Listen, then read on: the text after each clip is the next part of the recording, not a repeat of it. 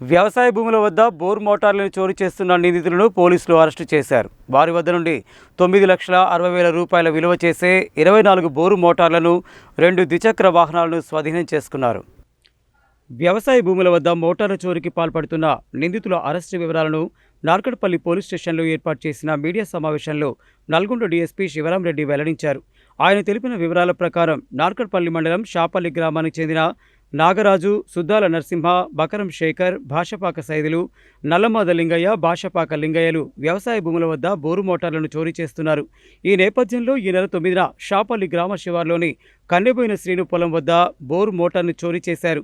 ఈ నెల 25న అమ్మనబోరు రోడ్లో నార్కట్పల్లి పోలీసులు వాహనాల తనిఖీ చేపట్టగా 2 ద్విచక్ర వాహనాలపై అనుమానాస్పదంగా కనిపించిన నలుగురిలో మాగి నాగరాజు అనే వ్యక్తిని విచారించగా మోటార్ల చోరీ వివరాలను వెల్లడించారు.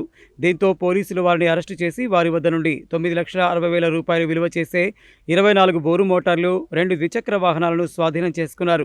మీడియా సమావేశంలో Narketpally CI Nagaraju, SI Kranthikumar, head constable Ramu, constables Giribabu, Satyanarayana, Shivashankar, Tirumala ఉన్నారు. వీరిని ఎస్పీ శరత్చంద్ర పవార్ ప్రత్యేకంగా అభినందించారు.